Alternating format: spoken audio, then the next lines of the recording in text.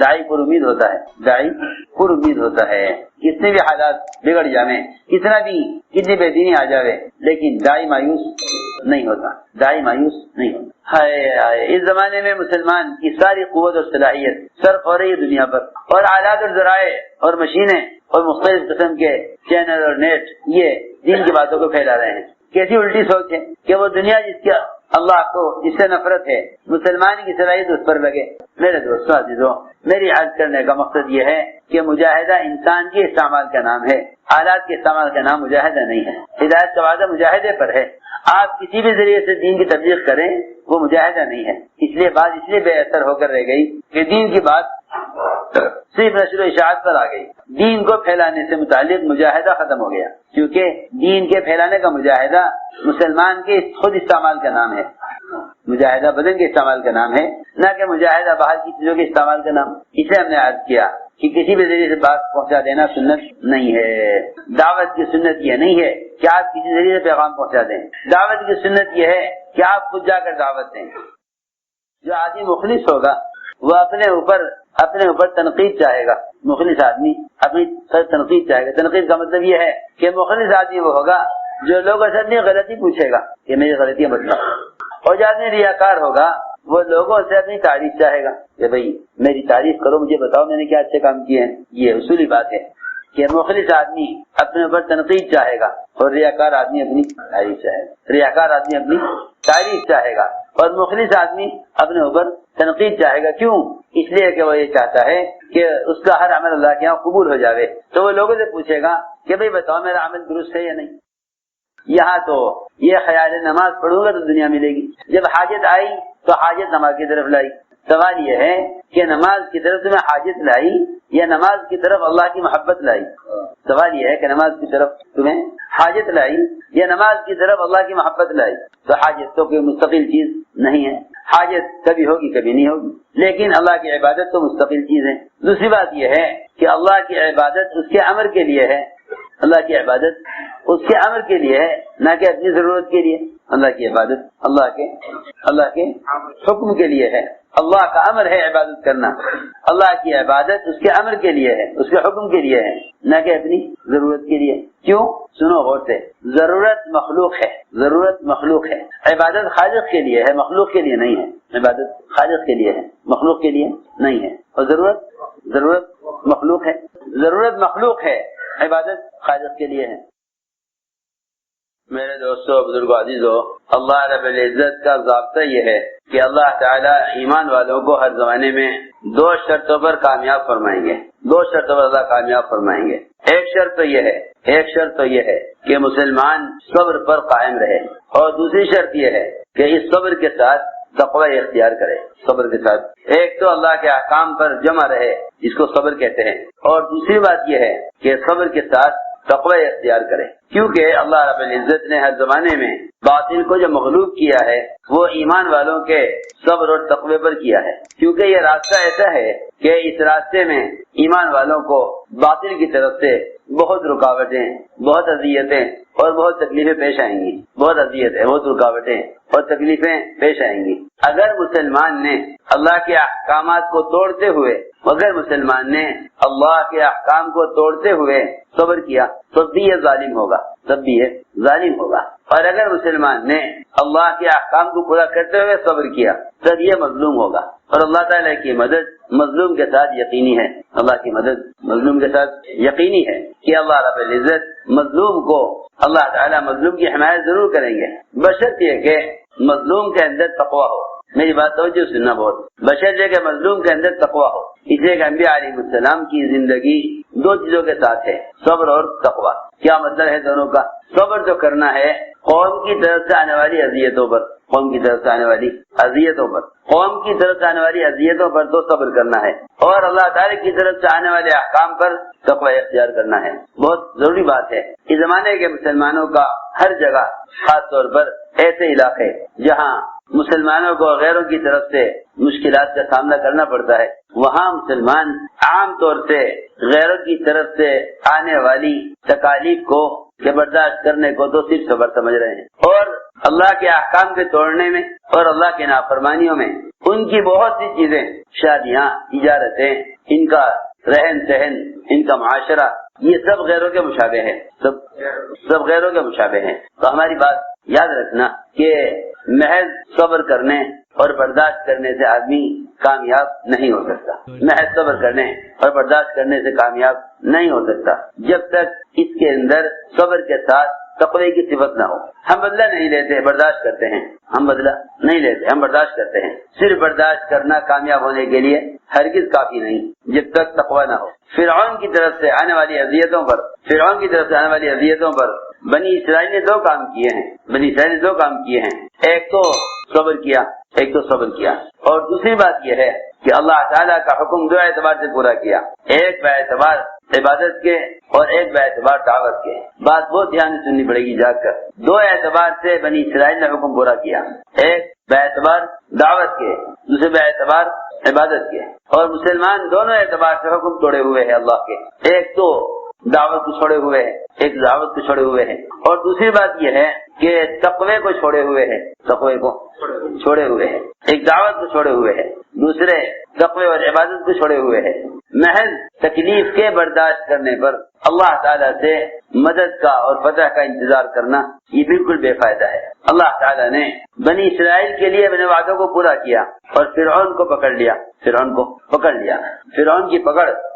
کی پکڑ وہ اس پر آئی کہ بنی اسرائیل نے دو کام کر لیے، ایک تو آنے والے اذیتوں پر صبر کر لیا، اس لیے کہ صبر کرنا یہ باطل پر عذاب کو قریب کر دیتا ہے، صبر کرنا باطل کے لیے عذاب کو قریب کر دیتا ہے۔ باطل کی پکڑ قریب آ جاتی ہے صبر کرنے سے، بشرطے کہ یہ صبر کرنا تقوی کے ساتھ ہو، تو باطل کی پکڑ جلدی آ جاتی ہے صبر کرنے پر۔ سنو غور سے بات، اور اگر جذبہ انتقام کا ہو کہ ہم بدلہ لیں گے، تو پھر اللہ رب العزت ایسے لوگوں کو آپس میں مقابلے کے لیے چھوڑ دیتے ہیں کہ اب تم آپس میں مقابلہ کر لو، جو تم میں مادی اعتبار سے، ظاہری طاقت کے اعتبار سے جو تم میں قوی ہو وہ غالب آ جائے۔ میری بات سمجھو، سننا بہت، اللہ رب العزت مدد کا ہاتھ کھینچ لیتے ہیں اور آپس میں ان کو ان کے حال پر چھوڑ دیتے ہیں۔ بہت دھیان سے بات سننا، اللہ تعالیٰ ایمان والوں کی مدد باطل کے مقابلے میں جب کریں گے جب ان میں صبر ہو، انتقام کا جذبہ نہ ہو، بلکہ غیروں کی ہدایت کا جذبہ ہو، انتقام کا جذبہ نہ ہو، صبر ہو غیروں کی ہدایت کے جذبے کے ساتھ۔ اور دوسری شرط یہ ہے کہ ان میں تقویٰ ہو، کہ یہ اللہ کے احکام کے بارے میں اللہ سے ڈرنے والے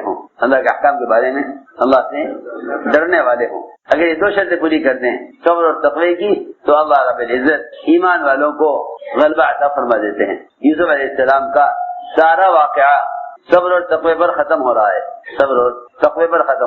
سارا واقعہ صبر اور تقوی پر ختم ہو رہا۔ انہ من یتق ویصبر کہ بات صرف یہی ہے کہ جو آدمی تقوی اختیار کر لے اور صبر کر لے تو اللہ رب العزت ایسے لوگوں کی کوشش کو ضائع نہیں فرماتے۔ یوسف علیہ السلام نے دو کام کر دیے، بھائیوں کی اذیت پر تو صبر کر لیا،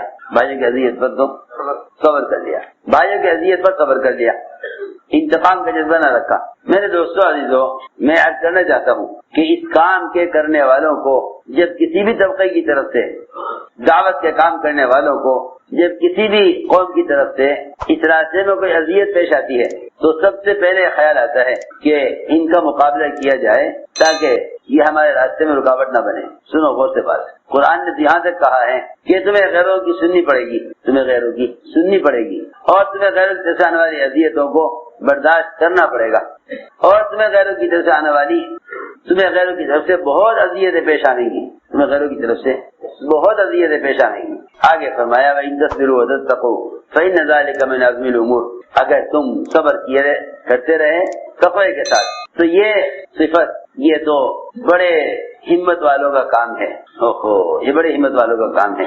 میں نے عرض کیا کہ اس راستے میں جو اذیتیں ناگواریاں پیش آتی ہیں، لوگ ان اذیتوں پر بجائے صبر اور تقوی کے انتقام اور گناہ کی طرف چل دیتے ہیں۔ سنو، حضور اکرم صلی اللہ علیہ وسلم نے اس راستے کی اذیتوں پر صبر کر کے امت سے یہ سکھلایا کہ دیکھو یہ راستہ ایسی تکلیفوں کا ہے۔ آپ نے فرمایا جو شخص ہماری طرف آئے گا جو شخص ہماری طرف آئے گا اور ہمارے طریقے پر آئے گا، جو شخص ہماری طرف آئے گا اور ہمارے طریقے پر آئے گا اور اس دعوت کے میدان میں ہماری طرح کام کرنا چاہے گا، اس پر حالات اور پریشانیاں اس سیلاب سے بھی اور اس پانی کی بہاؤ سے بھی زیادہ قوت سے آئیں گی جو پانی پہاڑ کی چوٹی سے نیچے کی طرف تیزی سے آتا ہے۔ آپ جانتے ہیں پہاڑوں کی بلندی سے جو جھرنے اور پانی کے شلال اور پانی کا بہاؤ جو بہتا ہے اوپر سے، اس کی قوت اتنی زیادہ ہوتی ہے کہ وہ چٹانوں کو بھی سرکا دیتا ہے، اور پانی اتنی تیزی سے آتا ہے اوپر سے پہاڑ کی چوٹی سے نیچے کی طرف۔ آپ نے فرمایا کہ اس سے بھی زیادہ حالات اور ناگواریاں اس شخص کی طرف آئیں گی جو اس دعوت کے کام میں ہمارے راستے کی طرف آئے گا۔ اسی لیے حضور اکرم صلی اللہ علیہ وسلم نے اس کام کے کرنے میں جو دشواریاں اور رکاوٹیں پیش آئیں اس پر آپ صلی اللہ علیہ وسلم نے انتقام کا ارادہ نہیں کیا، انتقام کا جذبہ نہیں، انتقام کے جذبے کو نکالا۔ حضور اکرم صلی اللہ علیہ وسلم کے لیے ایک یہودی عورت نے آپ کے لیے گوشت میں زہر ملایا اور وہ آپ کو پیش کیا۔ آپ نے اسے کھانا چاہا، منہ میں لقمہ رکھا، حضرت جبرائیل آئے کہ یہ نہ کھائیے، اس میں آپ کے لیے زہر ملایا گیا ہے۔ آپ کے بعد صحابہ کھا بھی چکے تھے، ان سے ان کی وفات ہو گئی زہر کھانے سے۔ لیکن حضور اکرم صلی اللہ علیہ وسلم کو جبرائیل نے آ کر بتلا دیا۔ آپ نے صحابہ سے فرمایا ہاتھ روک لو، اس میں زہر ملایا گیا ہے۔ معلوم ہوا کس نے ملایا، اسے پکڑا۔ اس نے کہا کہ بات یہ ہے کہ میں دیکھنا چاہتی تھی کہ یہ نبی ہیں یا نہیں، اگر نبی ہیں تو ان پر یہ زہر اثر نہیں کرے گا، اور اگر یہ نبی نہیں ہیں، نعوذ باللہ ان کا دعویٰ جھوٹا ہے، تو زہر یہ کھا لیں گے، ہمیں راحت ہو جائے گی، یہ زہر کھا لیں گے ہمیں راحت ہو جائے گی۔ میں نے تو زہر اس ارادے سے دیا تھا۔ صحابہ نے عرض کیا حضور اکرم صلی اللہ علیہ وسلم سے کہ رسول اللہ اس عورت کو پکڑیں جس نے آپ کے کھانے میں زہر ملایا۔ آپ نے فرمایا کہ کیوں کسی کا پیچھا کیا، سوچو تو صحیح، کیوں کسی کا پیچھا کیا؟ جب اللہ تعالیٰ نے مجھے بتلا دیا اور مجھے بچا لیا تو پھر اس عورت سے انتقام لینے کی کیا ضرورت ہے؟ اپنے لیے آپ نے انتقام نہیں لیا، ابھی لیے انتقام نہیں لیا۔ میں نے عرض کیا کہ اذیتوں پر صبر کرنا، اس کے دو نتیجے ہوتے ہیں صبر کے، یا تو صبر کی وجہ سے ہدایت مل جائے گی، یا صبر کی وجہ سے اللہ تعالیٰ باطل کو راستے سے ہٹا دیں گے، یا تو اللہ صبر پر باطل کو ہدایت دے دیں گے، یا اللہ صبر کرنے پر باطل کو راستے سے ہٹا دیں گے۔ لیکن بات وہی ہے کہ صبر تقوی کے ساتھ، ورنہ بغیر تقوی کے صبر کرنا یہ ایسا ہے جیسا پولیس والوں کی پٹائی کرنے پر چوروں کا صبر کرنا، مثال دے کے فرماتے ہیں، ورنہ یہ ایسا ہے جسے پولیس والوں کے مارنے پر چوروں کا صبر کرنا، یہ چور صبر کرتے ہیں، یا اگر صبر کر لیں اور برداشت کر لیں تو ان کا برداشت کرنا کوئی فائدہ نہیں دے گا، اور چوروں پر پولیس والوں پر کوئی عذاب نہیں آئے گا۔ پولیس پر عذاب اس لیے نہیں آئے گا کہ چور میں تقوی نہیں ہے۔ میری بات توجہ سننی پڑے گی میرے دوستوں عزیزوں، مظلوم بننے کے لیے، مظلوم ہونے کے لیے تقوی شرط ہے، صرف صبر کرنا مظلوم ہونے کے لیے کافی نہیں ہے، مظلوم ہونے کے لیے تقوی شرط ہے۔ اگر تقوی نہیں ہے تو پھر یہ ظالم ہے، کیونکہ بات یاد رکھنا، جو حالات اللہ کا حکم ٹوٹنے سے آئیں گے، وہ حالات صبر کرنے سے درست نہیں ہوں گے۔ جو حالات اللہ کا حکم ٹوٹنے کی وجہ سے آئیں گے وہ حالات صبر کرنے سے درست نہیں ہوں گے، جو حالات اللہ کا حکم توڑنے کی وجہ سے آئیں گے وہ حالات صبر کرنے سے درست نہیں ہوں گے۔ لوگ کہیں کہ آپ صبر کر لو تو حالات ٹھیک ہو جائیں گے، یہ نہیں، جو حالات گناہوں کی وجہ سے آتے ہیں وہ حالات صبر کرنے سے ٹھیک نہیں ہوتے۔ اس کے لیے لازم ہے کہ دو چیزیں پیدا ہوں ہمارے اندر، ایک صبر، دوسرے تقوی، ایک صبر ایک تقوی، کیونکہ اللہ تعالیٰ کا ضابطہ یہ ہے کہ ستانے والے، اللہ تعالیٰ ستانے والوں کو اسے لاتے ہیں تاکہ وہ ایمان والوں کے اندر تین چیزیں دیکھیں۔ ایک یہ دیکھیں کہ ان کے دلوں میں ستانے والوں کے لیے ہدایت کا جذبہ کتنا ہے، دوسرے دیکھنا چاہتے ہیں کہ ایمان والوں کے اندر اللہ کے احکامات پر جمنا کتنا ہے، تقوی کتنا ہے، اور تیسری بات یہ ہے کہ اللہ تعالیٰ دیکھنا چاہتے ہیں کہ ان کے دل میں ان سے انتقام کا جذبہ تو نہیں ہے، اس لیے کہ کسی کی ہلاکت کا جذبہ اور ہدایت کا جذبہ یہ دونوں جمع نہیں ہو سکتے۔ یہ جذبہ ہدایت کا ہوگا، یہ جذبہ ان کی ہلاکت کا ہوگا، یہ جذبہ ان کی ہدایت کا ہوگا۔ اس لیے میرے دوستوں عزیزوں، سب سے بنیادی بات یہ ہے بنیادی بات یہ ہے کہ اس راستے میں جو ناگواریاں اذیتیں پیش آئیں ان اذیتوں کو حضور اکرم صلی اللہ علیہ وسلم کی سیرت میں تلاش کیا جائے، ان اذیتوں کو حضور اکرم صلی اللہ علیہ وسلم کی سیرت میں تلاش کیا جائے کہ آپ صلی اللہ علیہ وسلم کو کہاں کیا تکلیف پیش آئی، آپ کو کہاں کیا تکلیف پیش آئی، اور ان تکالیف کے باوجود حضور اکرم صلی اللہ علیہ وسلم ان کو دعوت دینے پر، ہدایت لانے پر آپ صلی اللہ علیہ وسلم کیسے جمع ہوئے تھے؟ کیونکہ اگر کام کرنے والوں کے سامنے محمد صلی اللہ علیہ وسلم اور آپ کے صحابہ کے اذیتوں کے برداشت کرنے کا واقعات سامنے نہیں ہیں تو ہمیں اس کام پر استقامت نہیں ہو سکتی۔ اس کام پر استقامت اتنی ہوگی جتنا ہمارے سامنے حضور اکرم صلی اللہ علیہ وسلم اور آپ کے صحابہ کی اذیتوں کے اور صبر کے واقعات ہوں گے۔ سب سے بنیادی چیز یہ ہے کہ جو اذیت اس طرح سے پیش آئے اس کو انبیاء صحابہ کی اذیتوں میں تلاش کرو کہ یہ بات کس نبی کو کہاں پیش آئی۔ ہم نے عرض کیا کہ یوسف علیہ السلام کا سارا واقعہ صبر اور تقوی پر ہے۔ بھائیوں کی اذیت پر صبر کیا، بھائیوں کی اذیت پر صبر کیا اور زلیخا کی حرکت پر تقوی اختیار کیا، اللہ رب العزت نے ستانے والوں کو محتاج بنا دیا، سارے بھائی محتاج ہو کر خیرات مانگنے کے لیے خود محتاج ہو کر آئے۔ اللہ نے دکھلا دیا کہ جو آدمی صبر کے ساتھ تقوی اختیار کر لے گا، صبر اور تقوی اختیار کر لے گا، اللہ رب العزت ان کی محنت کو، ان کوشش کو ضائع نہیں فرمائیں گے، اللہ ان کی محنت کوشش کو ضائع نہیں فرمائیں گے۔ اس لیے ہمیں چاہیے سب سے پہلی بات کہ حضور اکرم صلی اللہ علیہ وسلم کے ہجرت سے پہلے کے مکہ مکرمہ میں آپ کی دعوت دینے کے واقعات کو دھیان سے پڑھا کریں کہ آپ صلی اللہ علیہ وسلم نبوت کے 23 سال میں سے آپ کے 13 سال مکہ مکرمہ میں کیسے گزرے، اجازت نہیں ہے بالکل سزانے والوں سے مقابلہ کرنے کی، بس آپ انہیں دعوت دیتے رہیے، آپ ان کو بس دعوت دیتے رہیے، سنو آپ انہیں دعوت دیتے رہیے، جتنا چاہے سزائیں برداشت کیجیے، یہاں تک حد یہاں تک ہو گئی کہ آپ صلی اللہ علیہ وسلم کو مکہ مکرمہ چھوڑنا پڑا اور آپ نے کہا کہ اے مکے، اگر یہ مکے والے مجھے مکہ چھوڑنے پر مجبور نہ کرتے تو میں یہ نہ چھوڑتا۔ یہ حد ہے کہ اللہ تعالیٰ نے حکم دیا کہ آپ مقابلہ نہ کریں چاہے آپ کو اپنا وطن چھوڑنا پڑ جائے۔ سنو غور سے بات، لیکن انتقام کا اور مقابلے کا حکم نہیں دیا۔ نبوت کا اکثر وقت محنت میں گزر گیا، لیکن انتقام اور مقابلے کی اجازت نہیں ملی، یہاں تک کہ اللہ رب العزت کو جتنا کام کرانا مطلوب تھا وہ کام پورا ہو گیا تو اللہ تعالیٰ نے رکاوٹوں کو راستے سے ہٹا دیا اور جن کے لیے ہدایت مقدر تھی اللہ نے ان کو ہدایت دے دی۔ معلوم ہوتا ہے کہ صبر اور تقوی یہ اللہ تعالیٰ کی غیبی مددوں کے آنے کا سبب ہے۔ صبر اور تقوی اللہ کی غیبی مددوں کے آنے کا سبب ہے۔ آپ صلی اللہ علیہ وسلم سب سے زیادہ اپنے آپ کو تھکاتے تھے انفرادی دعوت میں، سب سے زیادہ آپ تھکاتے تھے اپنے آپ کو انفرادی دعوت میں۔ یہ آپ صلی اللہ علیہ وسلم کا اصل معمول تھا۔ سخت دوپہر کا وقت، گرمی سخت، اور آپ کو طلب کیا گیا کہ ہم آپ کی بات سننا چاہتے ہیں، آپ کیا چاہتے ہیں بتائیے۔ فرماتے تھے کہ آدمی کو اذیت اتنی ہوتی ہے جتنی کسی سے توقع ہوتی ہے، اتنی اذیت بھی ہوتی ہے۔ جب آپ کو طلب کیا گیا تو آپ صلی اللہ علیہ وسلم ان کی ہدایت کی تمنا اور حرص لے کر سخت گرمی دوپہر کے وقت سایہ تلاش کرتے کرتے آپ نکلے۔ ان لوگوں نے آپ کی بات کا سختی سے انکار کیا۔ کسی نے کہا نعوذ باللہ، کیا اللہ کو آپ کے علاوہ کوئی نہیں بنا کر بھیجنے والا نہیں ملا؟ کسی نے کہا کہ میں آپ سے بات کرنا پسند نہیں کرتا۔ کسی نے کہا کہ بیت اللہ کا پردہ چرا لینا آسان ہے گناہ کے اعتبار سے آپ کے اتباع کرنے سے۔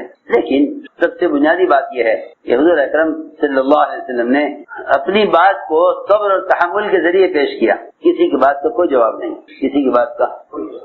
نہیں، اپنی بات۔ دماغ مشرک نے یہ کہا کہ آپ پر جنون ہے، آپ پر جنون ہے یا آپ پر جناتی اثر ہے، میں آپ کا علاج کروں گا، آپ ٹھیک ہو جائیں گے۔ آپ نے کوئی جواب نہیں دیا، آپ نے کوئی جواب نہیں دیا۔ تو میں عرض کر رہا تھا کہ آدمی کو اگر کسی سے کوئی توقع ہو جائے اور پھر اس کی توقع کے خلاف حالات پیش آئیں تو اس کو اذیت زیادہ ہوتی ہے، سنو غور سے، حضور اکرم صلی اللہ علیہ وسلم مشرکین کے طلب کرنے پر آپ سخت دوپہر کے وقت، گرمی کا وقت آپ چل کر گئے دھوپ میں، انہوں نے آپ کی دعوت کو سختی سے رد کیا۔ آپ صلی اللہ علیہ وسلم کو اس بات سے سخت غم اور افسوس ہوا کہ انہوں نے میری بات کا انکار کر دیا، یہ جہنم سے کیسے بچیں گے؟ غم اس کا نہیں تھا کہ میری بات کا انکار کیا، غم اس کا تھا کہ جہنم سے کیسے بچیں گے۔ سنو غور سے، آپ صلی اللہ علیہ وسلم کی ایک چاہت تھی کہ یہ آخرت کے عذاب سے بچ جائیں، بس آخرت کے عذاب سے بچ جائیں۔ آپ کی بات کو انہوں نے سختی سے رد کیا تو آپ کو اس کا غم تھا، اتنا غم کہ آپ صلی اللہ علیہ وسلم اس غم کی وجہ سے بے ہوش سے ہو گئے، جیسے آدمی کو غم کی وجہ سے ہوش نہیں رہتا۔ اسی حالت پر آپ چل رہے تھے، واپس اچانک آپ نے ایک آواز سنی آسمان سے، اس پر آپ متوجہ ہوئے آواز کیسی ہے؟ دیکھا تو جبرائیل علیہ السلام اپنے ساتھ پہاڑوں کا فرشتہ لے کر حاضر خدمت ہوئے، اور یہ عرض کیا کہ جن لوگوں نے آپ کی بات کے سننے سے آپ کی بات کا انکار کر دیا، اللہ نے آپ کی بات بھی سن لی اور ان کا جواب بھی سن لیا، اور مجھے یہ حکم دے کر بھیجا ہے کہ یہ دو پہاڑ جبل احمر، ابو قبیس، جس کے درمیان سارا مکہ آباد ہے، اللہ نے ان دونوں پہاڑوں کو آپس میں ملا دینے کا حکم دے کر مجھے بھیجا ہے۔ اگر آپ چاہیں تو میں دونوں پہاڑ آپس میں ملا دیتا ہوں، اس کے درمیان جتنے بھی لوگ ہیں یہ سب کے سب کچل کر ختم ہو جائیں، یہ اللہ نے مجھے اختیار دے کر بھیجا ہے۔ آپ نے فرمایا میں یہ نہیں چاہتا۔ دیکھو میرے دوستو عزیزو، داعی کو چاہیے کہ وہ اس راستے میں آنے والی تکالیف اور ناگواری کی وجہ سے کبھی غصہ نہ ہو اور قوم کی ہلاکت اور بددعا کا ارادہ نہ کرے، کیونکہ اللہ تعالیٰ داعی پر حالات یہ دیکھنے کے لیے لاتے ہیں کہ اس کے دل میں میری قوم کی، میری مخلوق کی ہدایت کی تمنا کتنی ہے، میری مخلوق کو جہنم سے بچانے کا جذبہ کتنا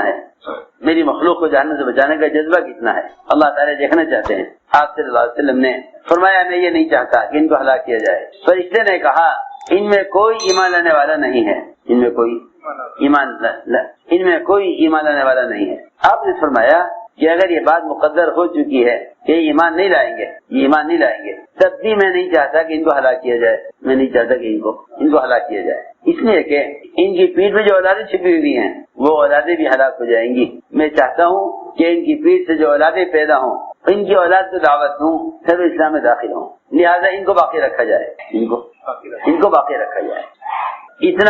اتنی وسعت ہوتی ہے داعی کے دل میں کہ وہ ستانے والوں کو باقی رکھنا چاہتا ہے ان کی اولاد کو دعوت دینے کے لیے۔ ان کی اولاد ہوگی یا نہیں ہوگی، اولاد ہوگی تو ہدایت پر آئے گی یا نہیں آئے گی، ان سارے احتمالات کے باوجود آپ کی تمنا یہ تھی کہ آپ کی چاہت یہ تھی کہ ان کو ہلاک نہ کیا جائے، حالانکہ آپ کے راستے میں رکاوٹ بنے ہوئے ہیں، لیکن آپ صلی اللہ علیہ وسلم ستانے والوں کو باقی رکھنا چاہتے تھے ان کی اولاد کو دعوت دینے کے لیے۔ میں نے عرض کیا کہ اللہ تعالیٰ ان دو بنیادوں پر مدد فرماتے ہیں کہ داعی کے اندر صبر ہو اور داعی کے اندر تقویٰ ہو۔ تقویٰ کا مطلب یہ ہے کہ تمہاری زندگی، تمہارا معاشرہ غیروں کے معاشرے سے پوری طرح مختلف ہو، اس لیے کہ امن اور ہدایت کا وعدہ ان لوگوں کے لیے ہے، جن کے ایمان میں شرک کی آمیزش نہ ہو، امن کا وعدہ ان کے لیے ہے جن کے ایمان میں شرک ملا ہوا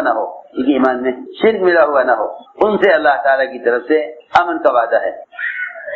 الذین آمنوا ولم یلبسوا ایمانهم بظلم، کہ جو ایمان ایسے لائیں کہ ان کے ایمان میں شرک کی آمیزش اور شرک کی ملاوٹ نہ ہو، تو ان کے لیے اللہ تعالیٰ کی طرف سے امن اور ہدایت کا وعدہ ہے۔ میرے دوستو عزیزو، سب سے بنیادی بات یہ ہے کہ مسلمان کا معاشرہ غیروں کے معاشرے سے پوری طرح مختلف ہو۔ اگر ہمارے طور طریقے غیروں کے مشابہ ہو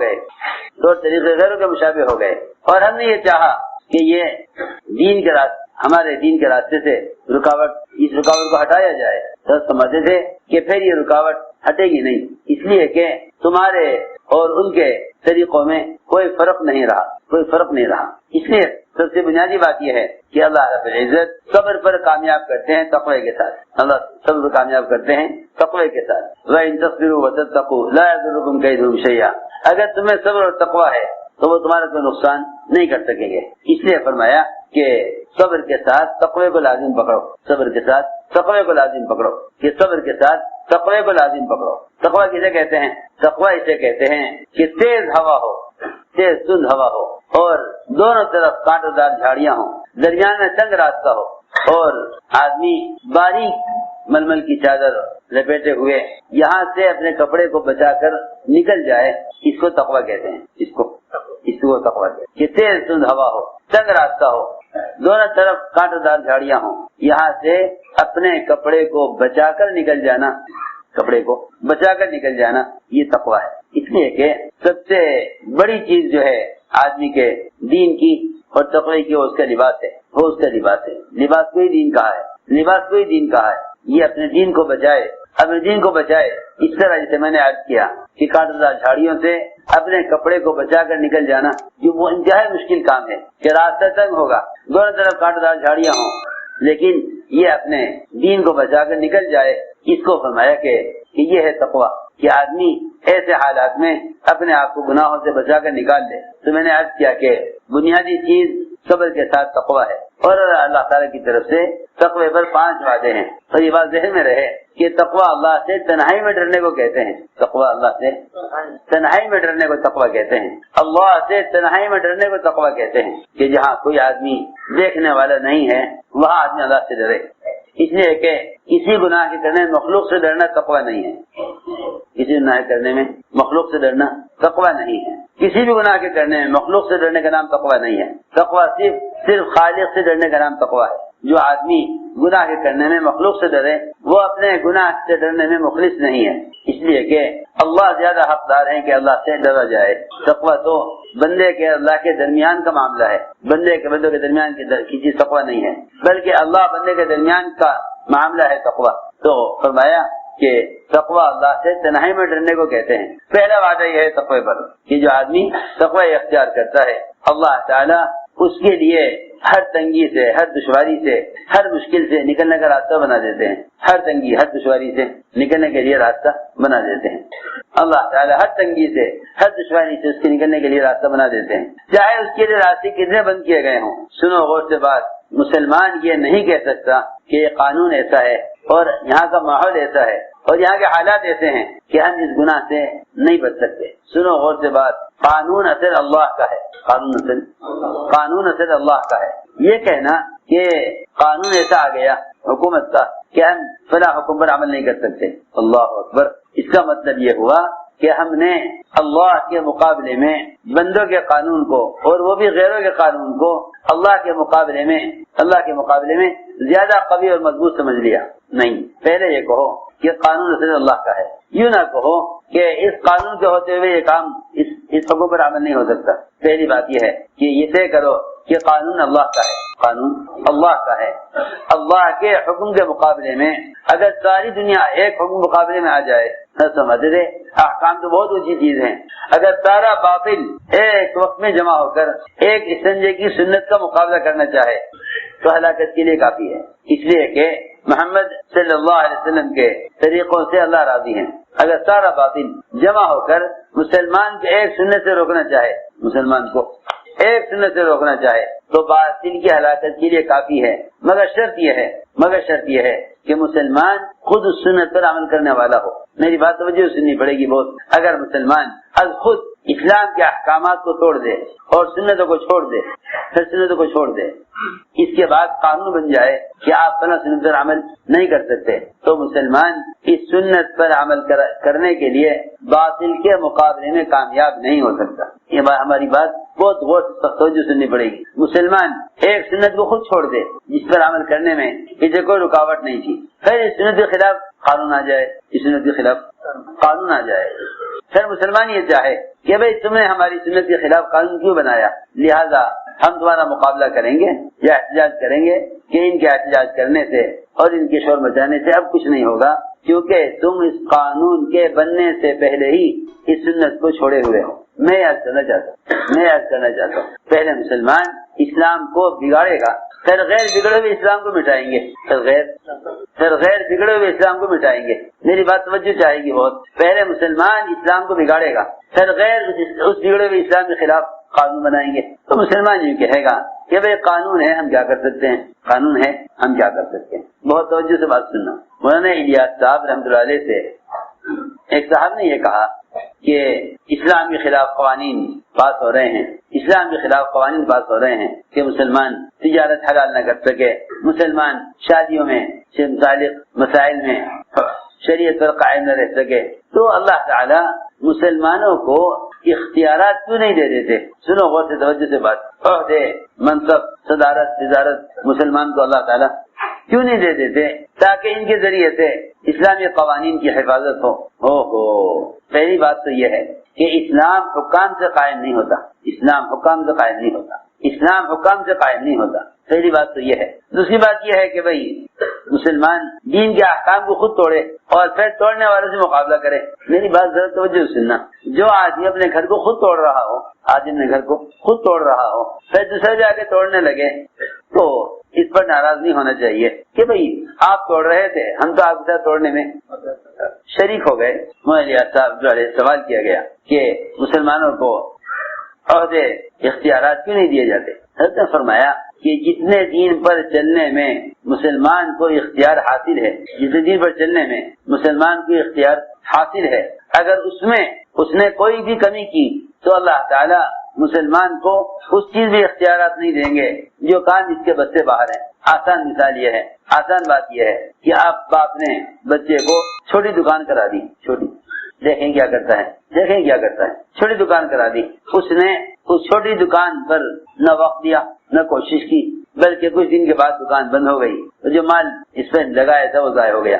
تو اس سے اندازہ کر لینا چاہیے کہ یہ باپ بڑا کارخانہ اس بیٹے کو کیسے دے دے گا جس نے چھوٹی سی دکان کو بھی ضائع کر دیا اور نہیں چلا سکا۔ تو سوچنے کی بات ہے کہ جب مسلمان اپنے بدن کے اعضاء سے متعلق احکام کو پورا نہ کرے، وہ باہر کے دنیاوی نظام کو کیسے چلا دے گا؟ یہ ہمارے صاحب نے یہ فرمایا کہ جتنا کام مسلمان کر سکتا ہے، جب یہ اس کو پورا نہیں کر رہا تو جو کام اس کے بس سے باہر کا ہے، اللہ اس کو کام کیسے دے دیں؟ جس کام کو یہ کر سکتا تھا اس کو نہیں کیا، تو جو کام یہ نہیں کر سکتا اللہ اس کو وہ کام کیسے دے دیں؟ ہم نے ایک بات عرض کی ہے کہ پہلے مسلمان احکام کو بگاڑتا ہے، پھر غیر احکام کو مٹاتے ہیں۔ اس لیے فرمایا کہ سب سے بنیادی بات یہ ہے کہ جو آدمی تقوی اختیار کر لیتا ہے، اللہ رب العزت اس کے لیے نکلنے کا راستہ بنا دیتے ہیں، اللہ اس کے لیے نکلنے کا راستہ بنا دیتے ہیں جو آدمی تقوی اختیار کر لے۔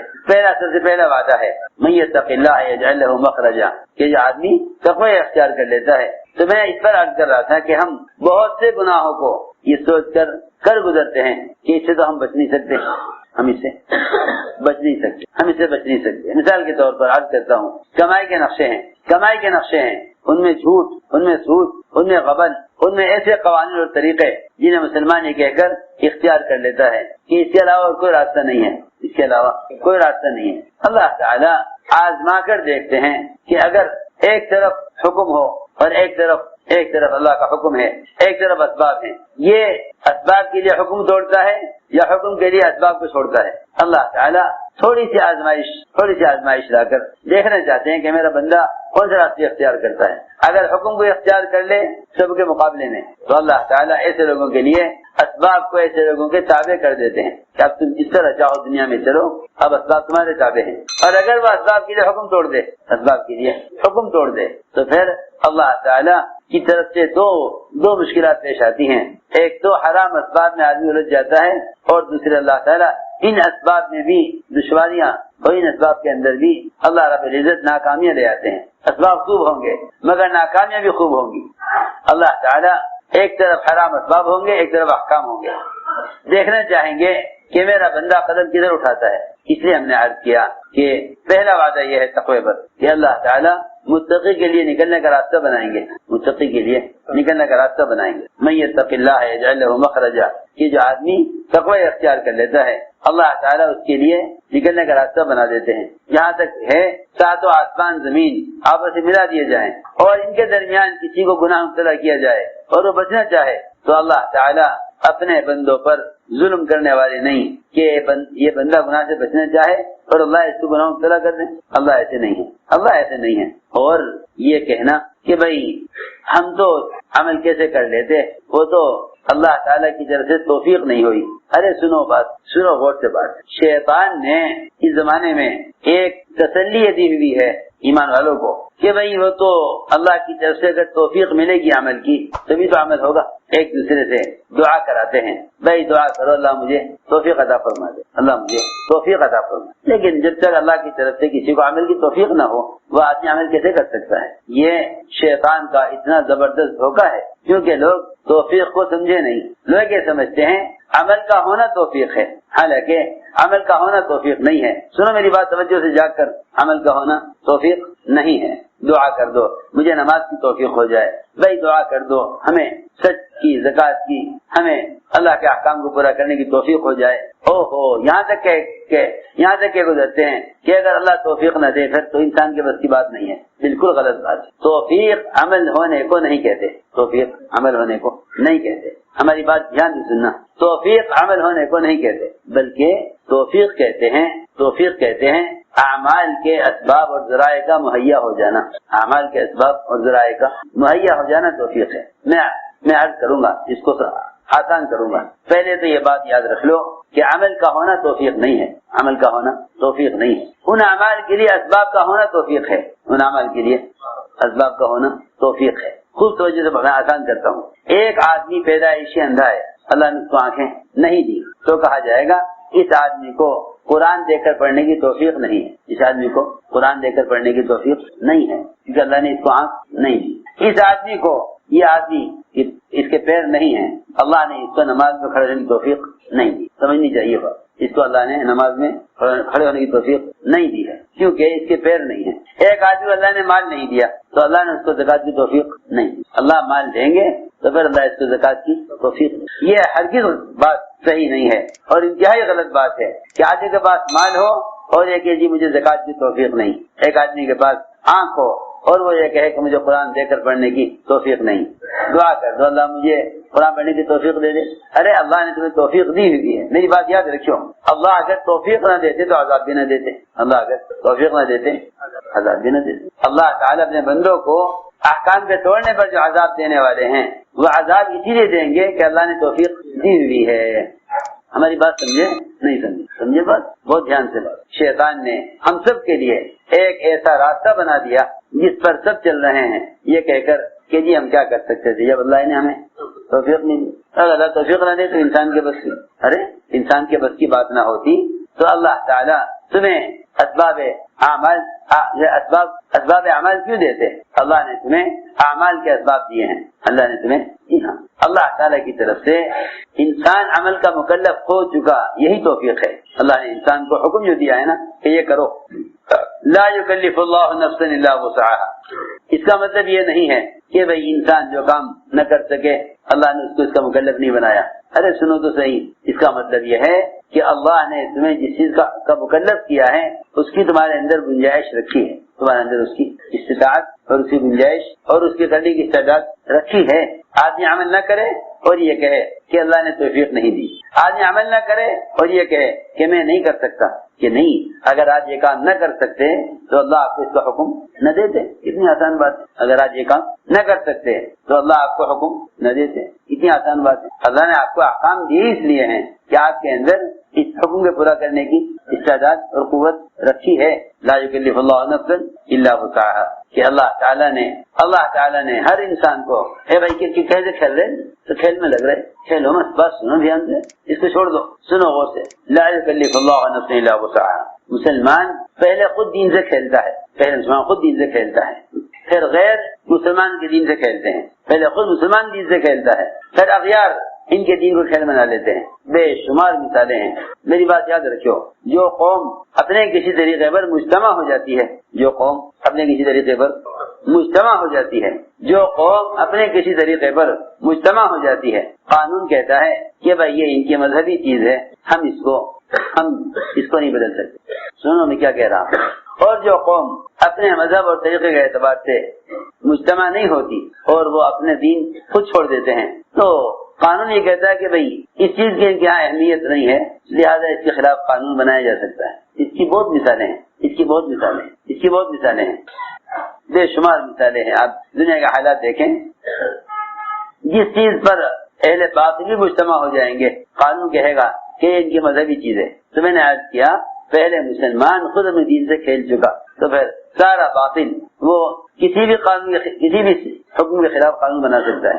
ہر مسلمان یہ کہے گا کہ قانون ہم کیا کر سکتے ہیں. تو اس پر میں عرض کر رہا تھا کہ اب یہاں تک پہنچ گئے ہم، اب یہاں پہنچ گئے ہم کہ بھائی کیا کریں، ہم تو کوشش کرتے ہیں مگر اللہ نے توفیق نہ دی.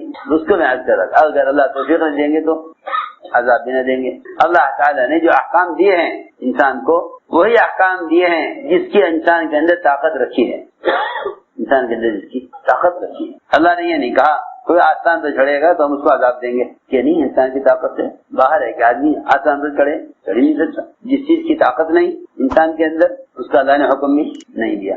جس چیز کے کرنے کا ارادہ انسان کے اندر رکھا ہے اس سے اللہ تعالیٰ نے رکنے کا حکم دیا ہے، رکنے کا حکم دیا ہے. تقاضا رکھا ہے انسان کے اندر کہ تم میرے پیدا کیے ہوئے تقاضے کو میرے حکم پہ قربان کر دو. کیسا آسان ہے. نیند کا تقاضا نماز فرض، بھوک کا تقاضا روزہ فرض، شہوت کا تقاضا زنا حرام، شہوت کا تقاضا زنا حرام، مال کا تقاضا چوری حرام، مال کا تقاضا چوری حرام، مال کا تقاضا ضرورت زکات فرض. سارے آپ احکام اٹھا کے دیکھیں، جتنے بھی احکام ہیں انسان کے بدن کی چاہت کے خلاف آئے ہیں. اور یہ بات نہیں ہے کہ انسان سے برا نہیں کر سکتا کہ اللہ نے ہر انسان کے اندر استعداد رکھی ہے اللہ کے حکم کو پورا کرنے کی. اس کو میں عرض کر رہا تھا کہ توفیق عمل کرنے کا نام نہیں ہے، توفیق عمل کرنے کا نام توفیق نہیں ہے، بلکہ اس عمل کے کرنے کے اسباب اور اس کی استعداد کا ہونا توفیق ہے. اللہ نے ہمیں توفیق دی ہوئی ہے، اللہ نے توفیق دی ہوئی ہے. اللہ اگر توفیق نہ دیتے تو عذاب بھی نہیں دیتے. میں عرض کرتا ہوں ایک آدمی کے پاس مال نہیں ہے، اللہ یہ نہیں پوچھیں گے تمہیں زکات کیوں نہیں دی. ایک آدمی کے پاس مال نہیں ہے، اللہ یہ نہیں کہیں گے تم نے حج کیوں نہیں کیا. یہ ہے سمجھنے کی بات. تو میں نے عرض کیا کہ بہت سے گناہ ایسے ہیں جنہیں سمجھ کر گزرتے ہیں کہ اس سے بچنا مشکل ہے، ان سے بچنا مشکل ہے. بہت سے گناہ یہ سوچ کر لیتے ہیں کہ ان سے بچنا مشکل ہے. لیکن اگر کوئی شخص گناہ سے بچنا چاہے اور سارے راستے اس کے لیے بند کر دیے گئے ہوں اور پھر وہ چاہے گناہ سے بچنا اور اس کے لیے قدم اٹھائے تو اللہ رب العزت اس کے لیے نکلنے کا راستہ ضرور بنائیں گے. یوسف علیہ السلام کو گناہ کے اندر مبتلا کرنے کی کوشش کی گئی اور یہ نکل کر نہ بھاگے اس کے لیے دروازے بند کیے گئے. لیکن یوسف علیہ السلام نکل کے بھاگے. اللہ کی شان، جس دروازے پر پہنچتے تھے وہ دروازہ ان کے پہنچنے سے پہلے ہی کھل جایا کرتا تھا. اللہ تعالیٰ دیکھتے ہیں کہ اس میں خود کتنا تقاضا ہے اس گناہ سے بچنے کا. نہیں یتق اللہ یجعل لہ مخرجا. جو آدمی کسی بھی گناہ سے بچنا چاہتا ہے ہم اس کے لیے بچ کر نکلنے کا راستہ بنا دیتے ہیں. ایک وعدہ. دوسری بات یہ ہے، اور یہ مخرج کا مطلب یہی نہیں کہ آدمی گناہ کے لیے مجبور کیا جائے اور بچنا چاہے. تجارت میں، زراعت میں جتنی سرمایہ داری کے نقشے ہیں ان سب میں یہی بات ہے کہ جو آدمی جس دنیا کے اعتبار سے جس لائن میں بھی ہو اگر اس لائن کے حرام سے بچنا چاہتا ہے تو اللہ رب العزت اس سے بچنے کا راستہ اس کے لیے نکالیں گے. دوسرا وعدہ یہ ہے وَيَرْزُقْهُ مِنْ حَيْثُ لَا يَحْتَسِبُ کہ اللہ تعالیٰ اس کو رزق ایسے راستے سے دیں گے کہ جہاں اس کا وہم و گمان اور خیال بھی نہ پہنچے گا. وَيَرْزُقْهُ مِنْ حَيْثُ لَا يَحْتَسِبُ کہ ایسی جگہ سے رزق دیں گے جہاں خیال اور گمان نہیں پہنچے گا. اس لیے اللہ تعالیٰ نے صحابہ کرام کو مال دو راستوں سے دیا. ایک اسباب کے بغیر دیا اور دوسرے اسباب میں اسباب سے زیادہ دیا. سنو، اسباب کے بغیر دیا یا اسباب میں اسباب سے زیادہ دیا. اسباب کے بغیر بھی دیا اور اسباب میں ان اسباب سے زیادہ بھی دیا. اس لیے کہ ہم اللہ تعالیٰ کے ساتھ بدگمان ہو گئے اس طرح کہ ہم ایک سبب سے اتنا ہی لینے کی امید کرتے ہیں جتنا اس سبب میں دینے کی استعداد ہے. اسباب اللہ کے خزانے نہیں ہیں. اسباب اللہ کے خزانے نہیں ہیں. اسباب کیا اللہ کے خزانے ہوتے؟ پوری جہنم اور جہنم کا سارا عذاب یہ اللہ کے عذاب کا خزانہ نہیں ہے بلکہ عذاب کے خزانے کا ایک ذرہ ہے. عذاب کے خزانے کا ایک ذرہ، عذاب کے خزانے سے ایک ذرہ جہنم ہے. اور ساری نعمتوں کی جگہ جنت وہ اللہ کے نعمت کے خزانوں کا ایک ذرہ ہے. وہ اللہ کے نعمت کے خزانوں کا ایک ذرہ ہے. جہنم اللہ کے عذاب کے خزانے کا ایک ذرہ ہے. جہنم اللہ کے عذاب کے خزانوں کا ایک ذرہ ہے. وہ ذرہ بھی سمجھانے کے لیے کہا ہے، وہ ذرہ بھی سمجھانے کے لیے کہا ہے. اور جنت اللہ کی نعمتوں کا خزانہ نہیں ہے اور نعمتوں کا مرکز نہیں ہے بلکہ وہ اللہ تعالیٰ کی نعمت کے خزانوں کا ایک ذرہ ہے. ساری جنتیں چاہے انبیاء کی ہوں چاہے اولیاء کی ہوں، ساری جنتیں اعلیٰ سے لے کر ادنا تک یہ ساری جنتیں اللہ تعالیٰ کی نعمتوں کا ایک ذرہ ہیں. پھر یہ کہنا کہ اسباب اللہ کی قدرت ہے یا اسباب میں قدرت ہے؟ لو جی، جب ایک ادنا حور کے ادنا جنتی کی ادنا حور اور اس کے ادنا لباس کا ٹکڑا اگر دنیا میں اتار دیا جائے تو ساری دنیا اس کی قیمت ادا نہیں کر سکتی، تو پھر جو اسباب لوگوں کے پاس ہیں یہ اسباب اللہ کی قدرت کیسے ہو سکتے ہیں؟ ہم ایک سبب سے جتنا لینے کی امید کر لیتے ہیں اتنا ہی لے پاتے ہیں۔ یہ بھینس اتنا دودھ دے گی، یہ زمین اتنا غلہ دے گی، یہ زمین اتنا غلہ دے گی، تو ٹھیک ہے تم نے اس زمین سے اتنا غلے کا ارادہ کیا ہے تو تمہیں اتنا ہی غلہ مل جائے گا، تمہیں اتنا ہی غلہ مل جائے گا۔ بے برکتی کا سبب یہ ہے کہ آدمی سبب سے امید کرے، بے برکتی کی وجہ یہ ہے کہ آدمی سبب سے امید کیے ہوئے ہے۔ بے برکتی اس لیے ہے کہ جس طرح اسباب مقید اور تنگ ہیں اور محدود ہیں، اس طرح ان اسباب سے آمدنی کو بھی ہم نے محدود کیا ہوا ہے۔ حالانکہ اسباب اللہ تعالیٰ کی قدرت کا مظہر تو ہو سکتے ہیں، ذریعہ نہیں ہو سکتے کہ اللہ تعالیٰ اپنی قدرت سبب میں ظاہر کر دیں، اپنی قدرت سبب میں ظاہر کر دیں۔ اسباب قدرت سے لینے کا ذریعہ نہیں ہے، اسباب قدرت سے لینے کا ذریعہ نہیں ہے، اسباب تو مظہر ہیں کہ اللہ اپنی قدرت سبب بھی ظاہر کر دیتے ہیں کہ غلہ زمین کے سبب سے دے دیں، غلہ زمین کے سبب سے دے دیں، یہ بھی اللہ کی قدرت ہے، یہ بھی اللہ کی قدرت ہے۔ اور زمین سے غلہ دینے کے بجائے مٹی کو ہی آٹا بنا دے، ابراہیم علیہ السلام کی طرح کہ مٹی کو ہی آٹا بنا دے۔ میں عرض کر رہا تھا کہ اس زمانے میں مسلمان سب سے بڑی غلط فہمی یہ شکار ہوا، سب سے بڑی غلط سوچ یہ ہے مسلمان کی کہ وہ اتنی ہی امید کرتا ہے جتنے اسباب ہوتے ہیں۔ نہ، اسباب نے اللہ سے بدگمان کر دیا، اسباب نے اللہ سے بدگمان کر دیا کہ تم پہلا کام یہ کرو کہ اللہ رب العزت کے ساتھ اپنا گمان درست کر لو۔ صحابہ نے یہی کیا، صحابہ کرام نے یہی کیا کہ اللہ کے ساتھ گمان ٹھیک کر لیا، تو اللہ نے صحابہ کرام کو تھوڑے اسباب میں زیادہ دیا اور بغیر اسباب کی بھی دیا۔ تو میں نے عرض کیا کہ پہلا وعدہ تو یہ تھا کہ اللہ تعالیٰ تقوی والوں کے لیے نکلنے کا راستہ بنائیں گے۔ دوسری بات یہ ہے ان کو رزق دیں گے جہاں ان کا گمان خیال نہ جائے۔ خیال یہ ہے لوگوں کا کہ چوہے پیسہ نکال لیتے ہیں، وہاں دکھائی دے رہے ہیں کہ چوہا خود درہم نکال کر لا کر پیشاب کرنے کی حالت میں صحابی کو دے رہے ہیں، نماز پڑھنے کی حالت میں نہیں بلکہ پیشاب کرنے کی حالت میں۔ سنو، اللہ کے یہاں دنیا اتنی کمینی ہے اور اللہ کے یہاں دنیا اتنی بے حیثیت ہے کہ تم پیشاب کر رہے ہوں گے، ہم تمہیں دنیا دے دیں گے، یہاں تو یہ خیال ہے نماز پڑھوں گا تو دنیا ملے گی، جب حاجت آئی تو حاجت نماز کی طرف لائی، سوال یہ ہے کہ نماز کی طرف تمہیں حاجت لائی یا نماز کی طرف اللہ کی محبت لائی؟ سوال یہ ہے کہ نماز کی طرف تمہیں حاجت لائی یا نماز کی طرف اللہ کی محبت لائی؟ سوال یہ ہے کہ نماز کی طرف حاجت لائی تو حاجت تو کوئی مستقل چیز نہیں ہے، حاجت کبھی ہوگی کبھی نہیں ہوگی، لیکن اللہ کی عبادت تو مستقل چیز ہے۔ دوسری بات یہ ہے کہ اللہ کی عبادت اس کے امر کے لیے ہے، نہ کہ اپنی ضرورت کے لیے۔ اللہ کی عبادت اللہ کے حکم کے لیے ہے، اللہ کا امر ہے عبادت کرنا، اللہ کی عبادت اس کے امر کے لیے ہے، اس کے حکم کے لیے ہے، نہ کہ اپنی ضرورت کے لیے۔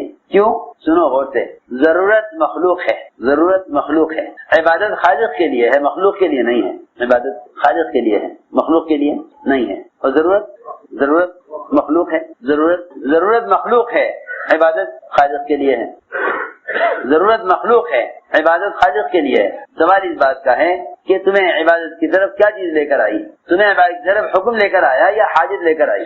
اگر تمہیں عبادت کی طرف حکم لایا ہے تو اللہ تعالیٰ حاجتیں تمہاری خود پوری کریں گے، اور اگر تمہیں عبادت کی طرف حاجت لے کر آئی ہے تو پھر تم وہاں حکم پورا کرو گے جہاں تمہاری حاجت پیش آئے گی، جہاں کوئی حاجت پیش نہ آئے گی وہاں حکم کا خیال نہیں آئے گا۔ تو میں نے عرض کیا کہ صحابی پیشاب کر رہے ہیں اور چوہا اشرفیاں لا رہا، 17 اشرفیاں چوہے نے لا کر دی۔ جن لوگوں کو اللہ عبادت کے راستے سے دیتے ہیں وہ ان میں وہ مال اور تقوی پیدا کرتا ہے، یہ تو نہیں کہ چوہے نے لا کے دی ہیں لہذا کھاؤ۔ سارے پیسے لے کے پہنچے آپ کے پاس، عرض کیا یا رسول اللہ میں پیشاب کر رہا تھا، چوہا پیسے لایا ہے، ان پیسے کو کیا کروں، میرے لیے حلال ہے یا نہیں؟ جی ہاں۔ یہاں تو اپنے ہاتھ سے کما کر بھی آدمی نہیں سوچتا کہ حرام کما رہا یا حلال کما رہا۔ وہاں چوہا لے کر آیا، غیبی نظام سے آیا، وہاں چوہا لایا اور غیبی نظام سے پیسہ آیا، اپنا ہاتھ اپنی کوشش کے لیے استعمال نہیں ہوئی، غیبی نظام سے پیسہ آیا ہے۔ بھی وہ اللہ کی طرف سے. اس کو بھی آ کر پوچھ رہے.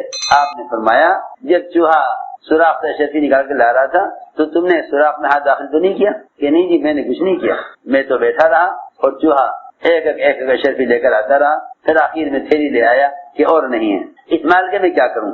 آپ نے فرمایا اگر تم سوراخ میں ہاتھ داخل کرتے پھر تو یہ مال اعلان کیا جاتا کس کا ہے, کیونکہ ہر مال پر سوال جب ہے جب وہ مال تم نے کوشش سے کماؤ, اور اگر تمہیں اللہ نے تمہاری کوشش کے بغیر دیا ہے وہ اللہ کی طرف سے رزق ہے. فرمایا ہاں یہ رزق اللہ کی طرف سے ہے, تم کھاؤ اور کھلاؤ. اور اگر تم ہاتھ لگاتے یا اس سوراخ میں سے خود نکالتے تو پھر اعلان ہوتا کہ یہ مال کس کا ہے. میں نے عرض کیا کہ اللہ کا ایک وعدہ یہ ہے کہ جو تقوی اختیار کرتا ہے ہم اس کو ایسی کا رزق دیتے ہیں جہاں گمان اور خیال نہیں پہنچتا. ایک وعدہ یہ ہے کہ جو آدمی تقوی اختیار کر لیتا ہے, جو آدمی تقوی اختیار کرتا ہے ہم اس کو اسباب میں زیادہ دیتے ہیں, اسباب میں زیادہ دیتے ہیں. ایسے بھی صحابہ تھے جن کے باغ سال میں 2 مرتبہ پھل دیا کرتے تھے. ایسے بھی صحابہ تھے جن کے باغ سال میں 2 مرتبہ پھل دیا کرتے تھے. ایسے بھی صحابہ تھے. فرماتے تھے کمائی کا وقت کم ہو گیا دعوت کے تقاضے کی وجہ سے, اسباب کم ہو گئے اور خرچہ بڑھ گیا اور کمائی کے اسباب کم ہو گئے اور کمائی کا وقت بھی خروج کی وجہ سے کم ہو گیا. لیکن اللہ رب العزت نے ان کے کم اسباب میں زیادہ آمدنی اور کم وقت میں زیادہ آمدنی. صحابہ فرماتے ہیں کہ ہمارا ایسا حال ہو گیا تھا کہ ہم مٹی کی تجارت کریں تو سونے کا بھاؤ کمائیں, سونے کی آمدنی کمائیں, ہاتھ لگائیں مٹی کو اور نفع کمائیں سونے کا. کاروبار کریں مٹی کا, نفع کمائیں سونے کا. یہاں حال یہ ہے کاروبار کرتے ہیں سونے کا, نفع نہیں ملتا ان کو مٹی کا بھی. وجہ یہ ہے کہ جب فرماتے تھے جس لائن میں حکم توڑ دو گے اس لائن میں اللہ رب العزت اس لائن سے برکتیں اٹھا لیں گے. تو میں نے عرض کیا کہ ایک وعدہ یہ ہے من یتق اللہ یجعل لہ من امرہ یسرا, کہ جو تقوی اختیار کرتا ہے ہم اس کے کام میں آسانی پیدا کر دیتے ہیں. اس کے کام میں آسانی, جو تقوی اختیار کرتا ہے ہم اس کے کام میں آسانی پیدا کر دیتے ہیں. تقوی اختیار کرتا ہے ہم اس کے کام میں آسانی پیدا کر دیتے ہیں. من یتق اللہ یجعل لہ من امرہ یسرا. داؤد علیہ السلام خلیفہ تھے, بادشاہ تھے, بادشاہت اور نبوت ان دونوں باپ بیٹوں کو بادشاہت ملی, نبوت ملی بادشاہت والی. سنو غور سے, نبوت ملی بادشاہت والی. حضور اکرم صلی اللہ علیہ وسلم نے نبوت اختیار کی فقر و فاقے والی. یہ فرق ہے بہت بڑا کہ آپ کی نبوت فقر و فاقے والی اور سلیمان علیہ السلام کی نبوت بادشاہت والی. تو داؤد علیہ السلام وہ بادشاہ بھی تھے نبی بھی تھے, تو اپنا ذاتی خرچ بیت المال سے لیتے تھے. ذاتی خرچ بیت المال سے لیتے تھے. 2000 یومیہ خرچہ بیت المال سے. اور روزانہ کا معمول یہ تھا کہ اپنا بھیس بدل کر, کپڑے بدل کر, آواز بدل کر, رات کو اندھیرے میں روزانہ کا معمول یہ تھا کہ لوگوں سے پوچھا کرتے تھے کہ بھئی یہ تمہارا بادشاہ کیسا آدمی ہے, تاکہ معلوم ہو کہ جو فیصلے کر رہے ہیں, جو کام کر رہے ہیں, وہ کام صحیح ہو رہا ہے یا غلط ہو رہا ہے. اس لیے کہ جو آدمی مخلص ہوگا وہ اپنے اوپر تنقید چاہے گا. مخلص آدمی اپنی تنقید چاہے گا. تنقید کا مطلب یہ ہے کہ مخلص آدمی وہ ہوگا جو لوگوں سے اپنی غلطی پوچھے گا کہ میری غلطیاں بتلاؤ. اور جو آدمی ریاکار ہوگا وہ لوگوں سے اپنی تعریف چاہے گا کہ بھئی میری تعریف کرو, مجھے بتاؤ میں نے کیا اچھے کام کیے ہیں. یہ اصولی بات ہے کہ مخلص آدمی اپنے اوپر تنقید چاہے گا اور ریاکار آدمی اپنی تعریف چاہے گا اور مخلص آدمی اپنے اوپر تنقید چاہے گا. کیوں؟ اس لیے کہ وہ یہ چاہتا ہے کہ اس کا ہر عمل اللہ کے یہاں قبول ہو جاوے. تو وہ لوگوں سے پوچھے گا کہ بھئی بتاؤ میرا عمل درست ہے یا نہیں. تو وہ بیس بدل کر پھرا کرتے تھے, پوچھتے تھے لوگوں سے کہ بھئی یہ جو تمہارا بادشاہ ہے داؤد یہ کیسا آدمی ہے. لوگ تعریف کرتے تھے کہ ہاں بہت اچھا ہے, بڑے نیک ہیں, بڑے انصاف کرنے والے ہیں. ایک مرتبہ اللہ تعالیٰ نے ان کے راستے میں ایک فرشتے کو کھڑا کر دیا انسانی شکل میں. اس سے ملے, اے بھائی فلاں نے تم بتاؤ داؤد کیسے آدمی ہے.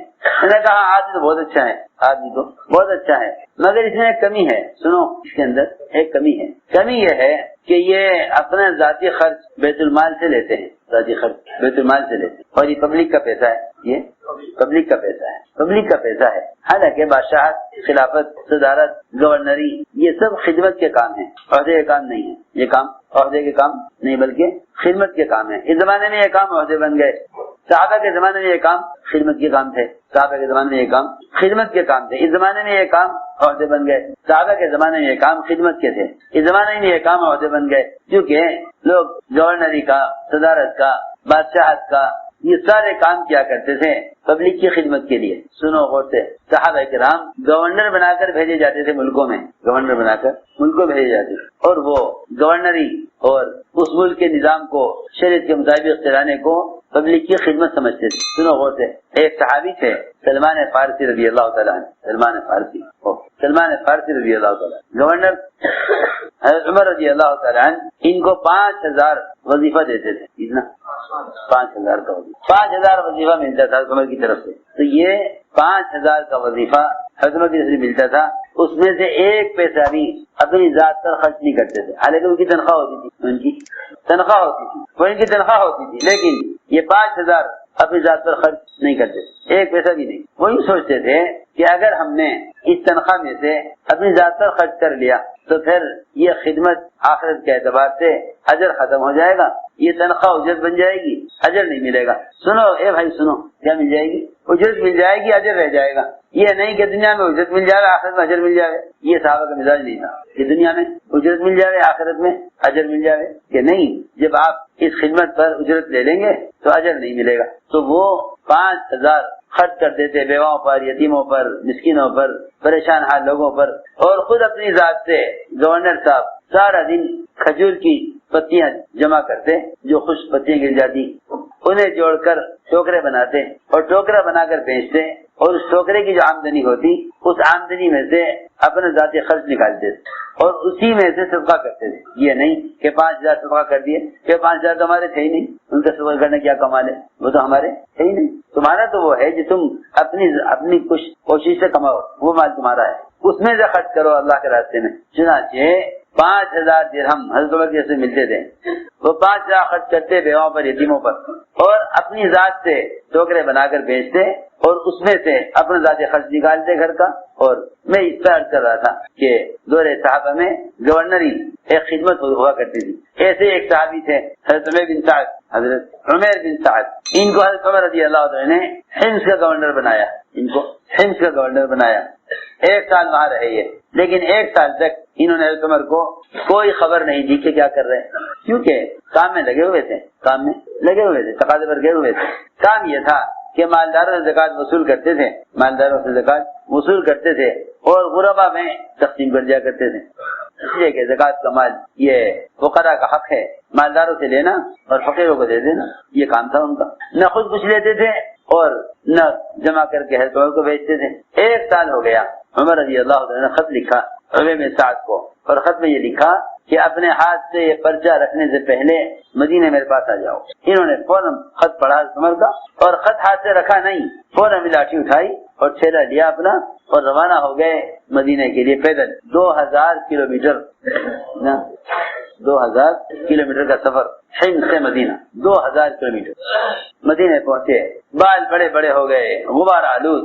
حضرت عمر نے دیکھ کے پہچان تو لیا کہ یہ عمیر ہے۔ بھائی عمیر، مال کہاں ہے؟ یہ کیسا مال؟ 1 سال سے تم وہاں ہو؟ کہنے لگا کہ عمر، جب وہ مال آپ کا تھا نہ میرا تھا، وہ تو وہاں کے مالداروں سے لیا، فقیروں کو دیا، یہ کام کرتا رہا میں 1 سال، آپ نے بلایا اس لیے آ گیا ہوں۔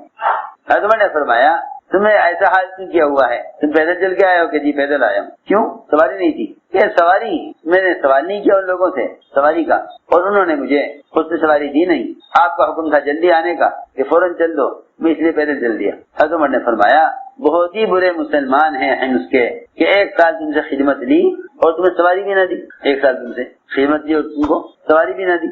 اللہ، ہماری جماعتیں جاتی ہیں علاقوں میں، ایک بستی سے دوسری بستی جانا ہے، وہاں والے آئیں گے تقاضا لے کر کہ بھائی جماعت ہمارے یہاں کام کرے، تم کو اگر گاڑی لے کے آؤ، اب جماعت آئے گی۔